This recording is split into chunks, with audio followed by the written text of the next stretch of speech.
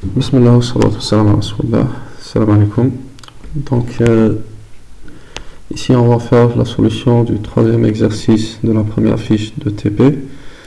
Rappelons que l'objectif principal de cette fiche de TP, c'est de construire des interfaces sous Android, ce qu'on appelle un layout, avec donc le code XML.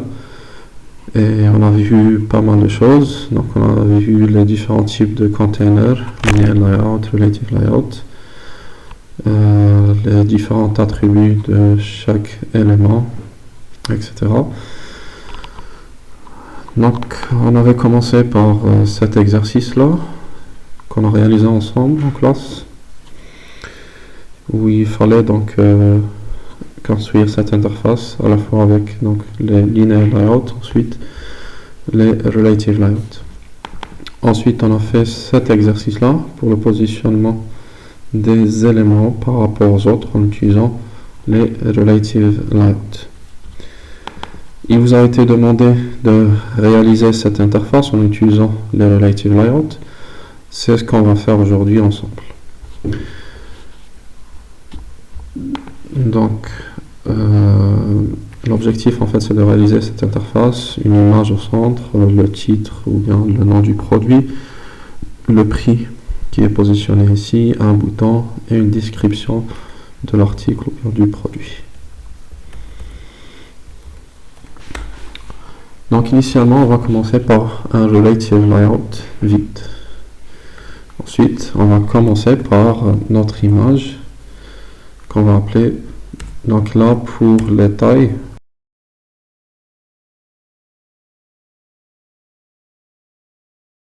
contenu.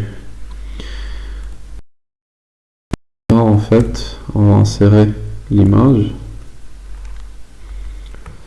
et voilà. Donc là pour la positionner au centre, on est dans un relative layout, donc on peut centrer par rapport aux parents. On va la mettre à tout. Donc ça va centrer notre élément de façon horizontale et verticale. Ensuite, pour le titre ou bien le nom du produit, ça sera un text view.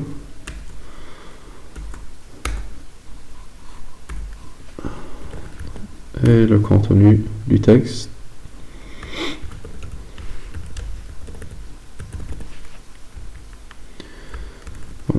Donc, rappelons aussi que les chaînes de caractères devraient être en fait dans le fichier strings.xml. On y reviendra par la suite. Voilà, donc pour positionner notre texte ici, d'abord on va rajouter l'attribut above, mais above par rapport à quoi? Par rapport à cette image. Il faudra donc donner un identificateur unique à cette image qu'on va l'appeler image. Voilà, donc elle a above par rapport donc à l'image. Vous voyez bien ici qu'on doit plutôt en fait le positionner là. On va rajouter juste l'attribut align left et là il sera aligné à gauche. Là on a un petit warning, on avait parlé aussi en fait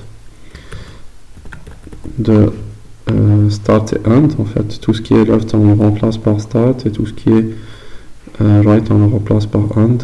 C'est surtout en fait pour les langues qui s'écrivent de droite à gauche. On va essayer d'augmenter aussi la taille du texte. Et la taille du texte s'exprime en SP. Voilà. Donc, et non pas en DP. Maintenant, essayons de rajouter de même le bouton ici.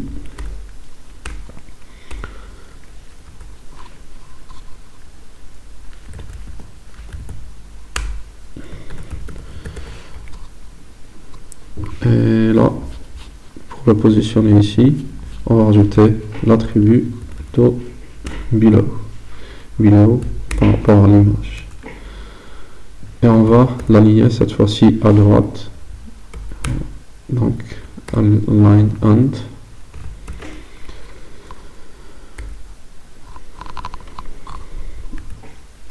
On a aussi donc une description du produit. Donc ici, ce qu'on va faire en fait pour la largeur, on va mettre plutôt match band.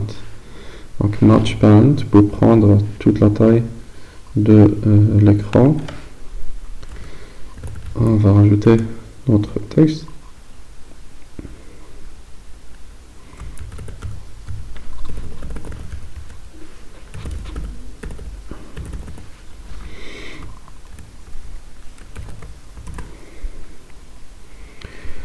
Et maintenant, ce qu'on va faire, en fait, on va le positionner à cet endroit-ci. Et ce sera donc un positionnement par rapport au bouton et pas par rapport à l'image, comme certains d'entre vous l'ont fait. Il faudra donner donc un identificateur au bouton et on va mettre donc below le bouton. On va essayer aussi de centrer le texte. Et voilà. Et on peut rajouter du padding, des margins, juste pour laisser un peu d'espace entre ces éléments-là. Donc entre le nom du produit et l'image, entre la description et le bouton, etc. Le dernier élément sur cette interface, c'était le prix, qui devrait être affiché à cet endroit-ci. C'est là où la plupart d'entre vous ont eu du mal à positionner l'élément. Donc, pour ce text view,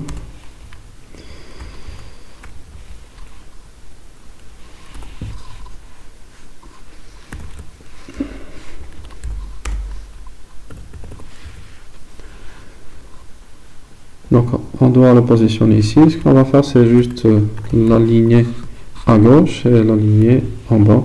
Donc align bottom et align left ou bien align start. Donc align start par rapport à l'image et align bottom toujours par rapport à l'image. Et voilà, donc notre élément est bien positionné à cet endroit-ci.